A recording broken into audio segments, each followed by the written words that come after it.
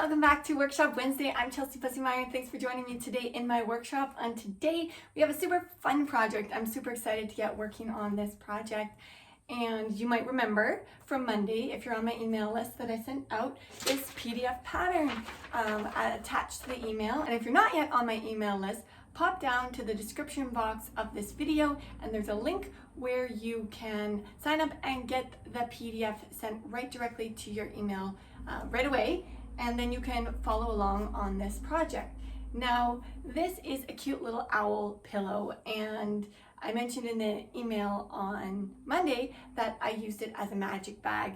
My sister and I, we get a lot of neck and shoulder tension, and so we love our magic bags and love to be all nice and cuddly in the winter time. Today, however, I'm gonna fill mine with these plastic balls. I've had them kicking around for forever. You could do really anything though, regular pillow, a stuffing, or anything you'd like. Now, my favorite part about this project, as opposed to garments, is that to make a larger version, you just have to blow it up. And if you want to make a smaller version, you shrink it down proportionally. It's not like in garments where those grading points have to be very specific, and some areas you add more, in some areas you add less. So keep that in mind if you do want to make a bigger version or a smaller version. The version I made for my sister was a larger version. It's probably about this big in your hands. And today we're going to make the smaller version because I wanted to make it fit all on one piece of paper.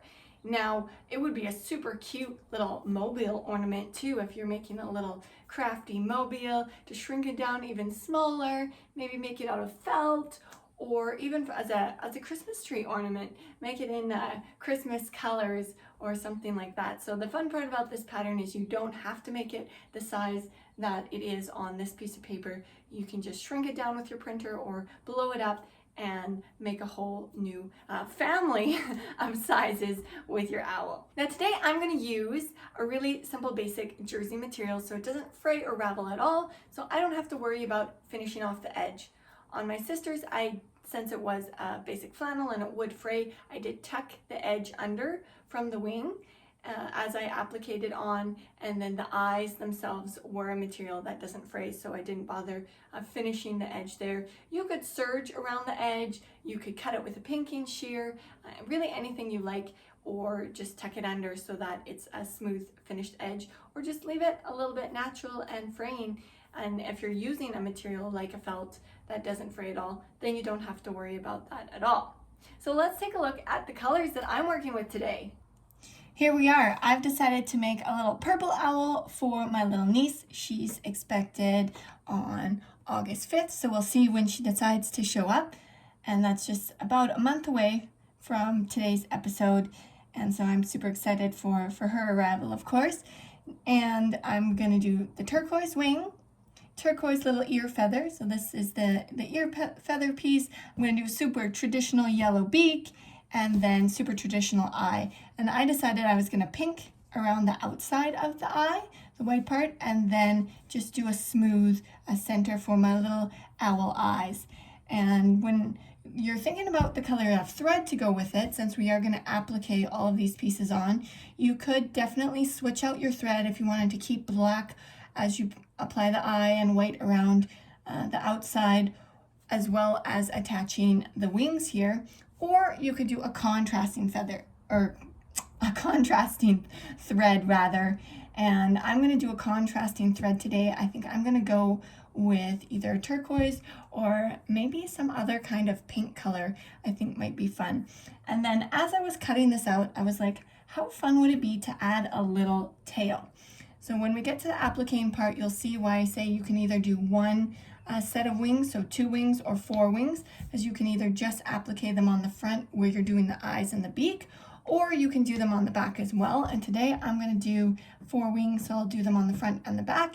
And then I decided, why don't I do a little tail feather as well? So I've cut out just a little oval, a very long oval actually, because I'm going to gather it up a little bit off center so that the bottom tail feathers are a little bit longer, and then just really bring it in and see what it looks like when I create a little ruffle to put just right on the little bum of my owl. because I think that would be super cute. So if you want to play around and add a tail as well, that's how I'm going to do this tail today. So let's get to the sewing machine and get this owl together. Okay, so I've decided to go out on a limb since I'm doing a bird. I'm gonna do a yellow thread, a contrasting thread. So hopefully this will look cool and not be a little bit too far out there.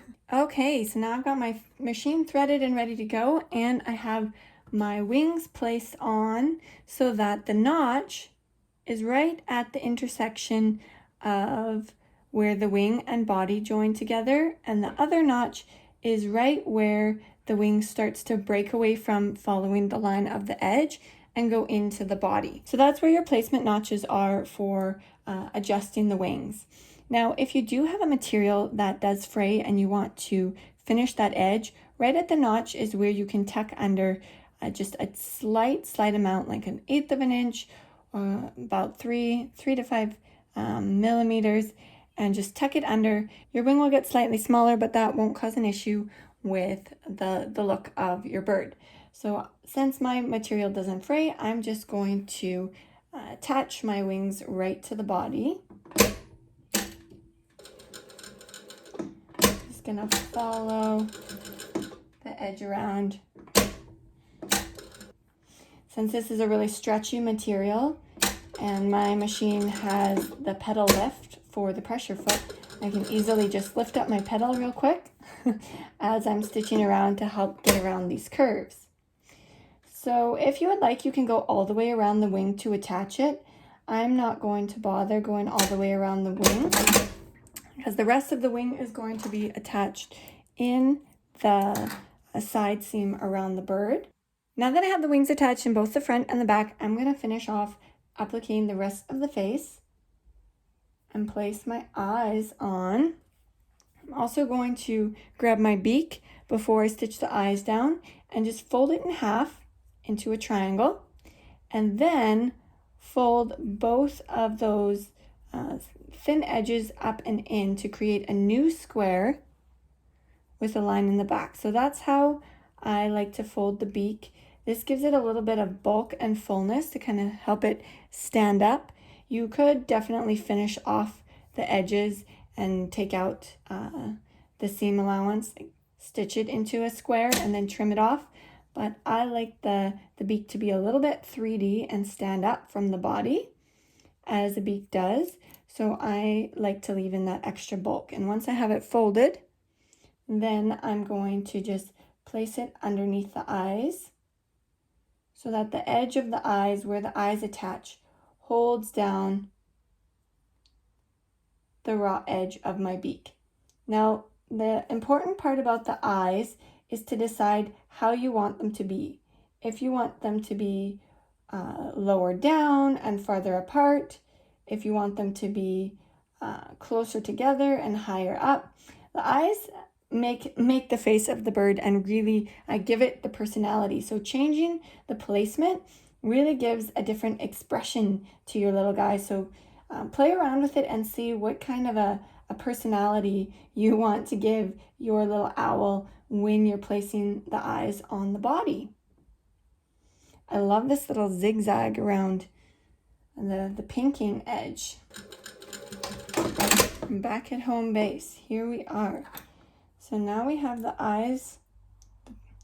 So now we have the bottom part of the eyes applied, and we get to put in the pupils. And just like the placement of the eyes, the placement of the pupils have a lot to say about the personality of your little bird, what he's thinking, how he's feeling. So I'm just going to play around with the eyes for a moment, having them more centered down. What's if I have them more in the middle? You can also play with the size and shape of the pupil if you want it to have more of a flat side and then round it up in, or if you like the round, if you want to have a little smaller. I think I'm liking having it down towards the beak and not quite in the center. So I'm going to go for this placement here.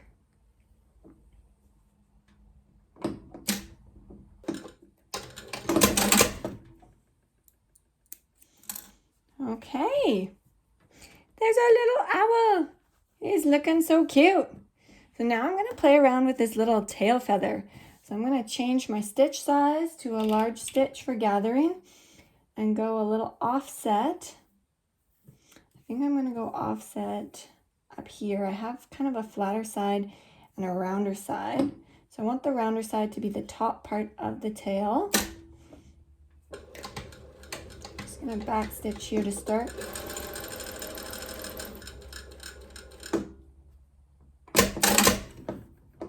Pull it out and gather it in and see what this little tail looks like. I was wondering if I should maybe like cut out some feather type shapes and have a whole bunch of them layered together, or do the little ruffle. I think there's probably a lot of ways you could add a feather bum, tail feathers to this little guy. But today I think I'm liking this little ruffle. Now when I decide on the placement of his little tail bum, I need to remember that he's going to be 3D. So he's going to be puffing up a little bit when his filling goes in. So I don't want to put it too low unless I want it to be hanging out the bottom all the time. I think I'm going to put it kind of partially up his back. And because I have this contrast stitching, and I'm going to also stitch it, attach it on the top side here after I have it folded over, rather than attaching it inside the ruffle. If you wanted to hide your stitching, you could definitely attach it in between the two layers. But I'm just going to embrace the colorful top stitching here. There we go. And there's little tail ruffles. Awesome.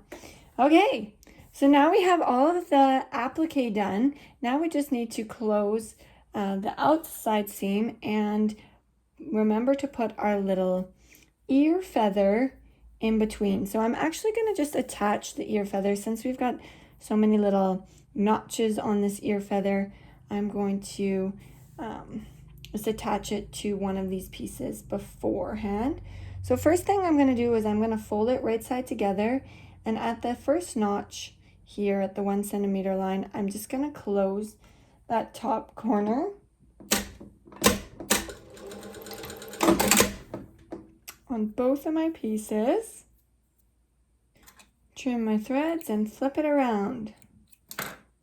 So all these little notches signify where there's a pleat and where there's a space. So the first pleat will line up the 2 notches after the corner, and that corner will be placed at the first notch on your owl.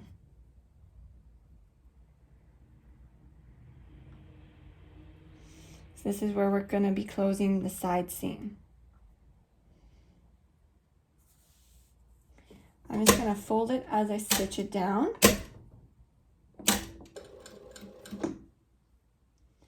And tuck it underneath.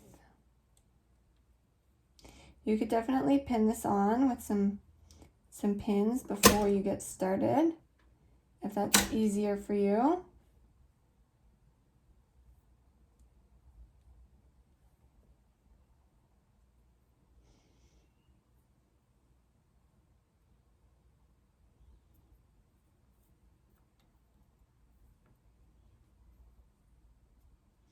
So there's 3 little pleats, and then at the end, this part just fades out. So we fold it down into the side seam so that it just fades out as it runs down.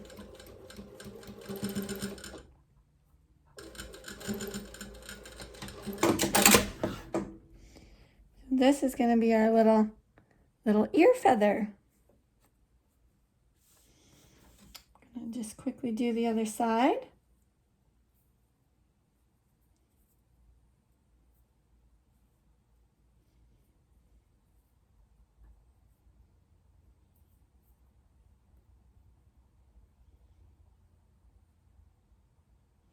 Just double check that I was on track where I faded it out.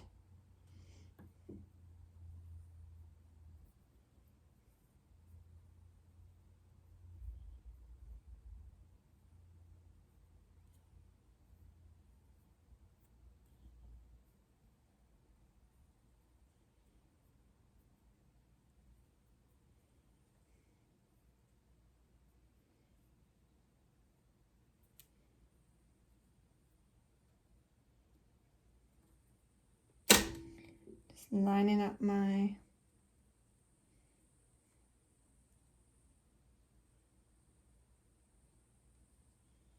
pleats before I get started this time.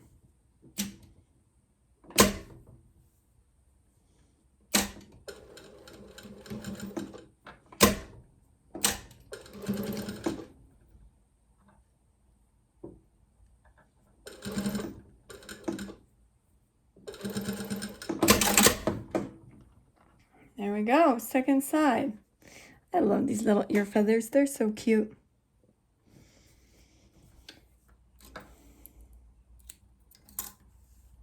So now that I've got those attached, I can put the two sides together.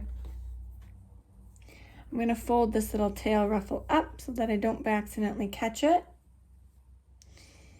And I'm also going to decide where I'm going to have my opening to flip it around. I think I'm going to do the opening just right at the bottom.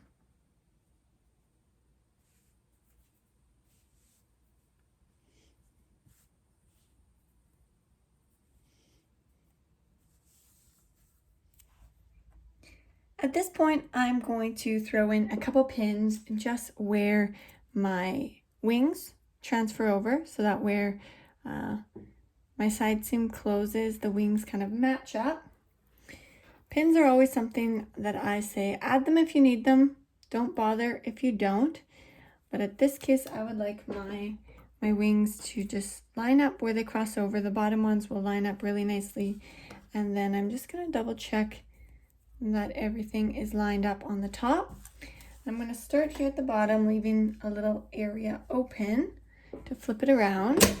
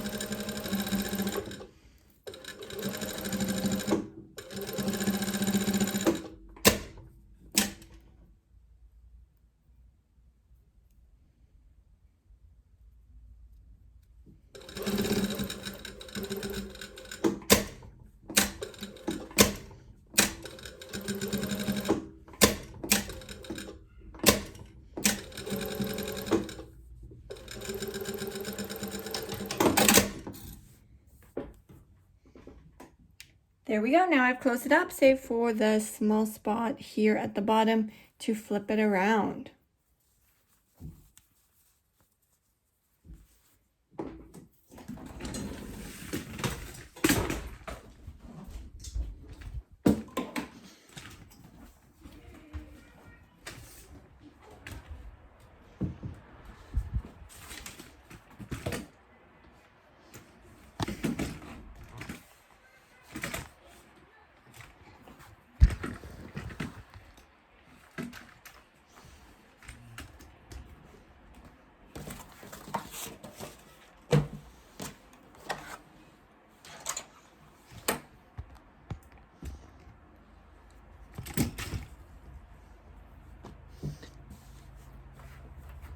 So now the fun part, let's see what it looks like when we flip it around and get her stuffed.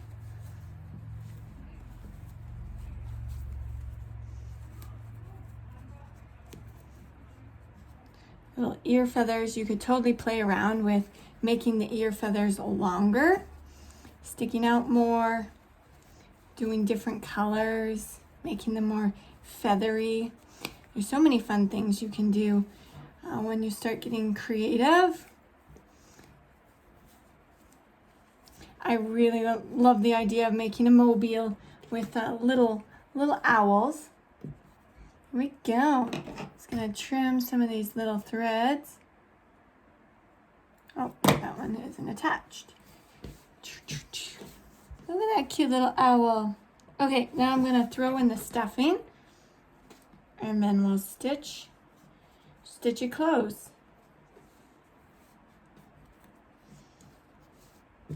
I'm just gonna fill her with stuffing and we'll stitch it closed. Well, that was an adventure stuffing this little guy. I've never used those foam balls before, but they did not want to go in.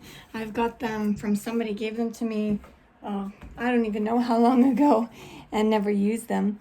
But they do make a fun little light, fluffy little owl. Check out his little tail feathers. And check out his little tail feathers. They do make a fun little guy, and the last step that we have here is just stitching him up. So I'm going to just stitch up this opening really quick here by hand. Sometimes I'll even stitch this closed with the machine, just really tiny right across the bottom. I'm not going to do that today because I have the contrasting thread going on, and that will really show. The other thing you want to think about when choosing your stuffing is if you do want to do the magic bag option and stuff it with either like wheat or rice or cherry stones, something like that, then be sure to use a material that's a natural fiber. Use a linen or a cotton, something that can heat up. You won't want to use a poly or any kind of plastic fibers, even like the Arctic fleece option. That would just be like a little cozy cuddle animal. You wouldn't want to use that for a magic bag, just because if you are putting it in the oven to warm it up, or even if it does get really hot in the microwave, it could melt. So be sure to use natural fibers if you do want to do that type of a little owl. I think this would be a great option too for a sofa cushion for either a porch or a cabin, something like that. Use a little bit more mature color tones and fabrics. It'd be really cute in a plaid, classic plaid. Okay, here we go. Last stitch to close up the little opening.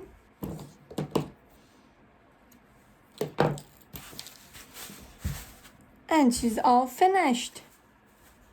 Ready to welcome my little niece. Well, that brings us to the end of today's episode. Remember, if you don't have the pattern, it's right down, the link is right down in the description box. Print it out, adjust it, make it the size you want, and customize it to your own little owl. If you want to add some additions or change up the ear feathers. I hope you had fun with today's little sew along tutorial. Thanks for joining me in my workshop, and I look forward to seeing you again soon on another episode of Workshop Wednesday. Till next time.